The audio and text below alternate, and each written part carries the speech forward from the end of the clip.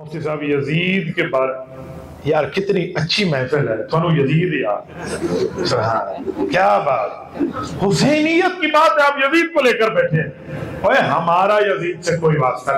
نہیں ہم یزیدی نہیں ہم حسینی ہیں یزید کے لیے جو مغفور اللہ کی بات آپ کرتے ہیں نا یہ حدیث اپنے اندر پوری گفتگو رکھتی ہے ڈیبیٹ رکھتی ہے میں تو ایسی محفل میں ان لوگوں کا ذکر ہی نہیں کرتا جہاں حضرت حسین کی گرد راہ بھی موجود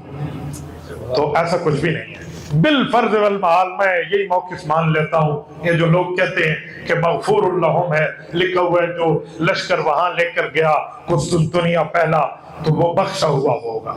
اگر اس کو مان بھی لیا جائے اس مورد پر تو پچھلے گناہوں کے مغفرت کی بات ہے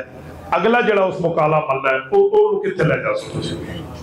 اگلی بات یہ تو ایسے جو کوئی کہے حدیث میں من قال لا الہ الا اللہ دخل الجنہ جس نے لا الہ الا اللہ کا جنتی ہو گیا بعد میں وہ کوئی مکالہ مان لے پھر اس گناہ کا وہ بدلہ تو لے گا نا تو آپ اس طرح وہ یوں نہیں کر سکتے جس انداز میں یہ بات سمجھا رہے ہیں آپ لوگ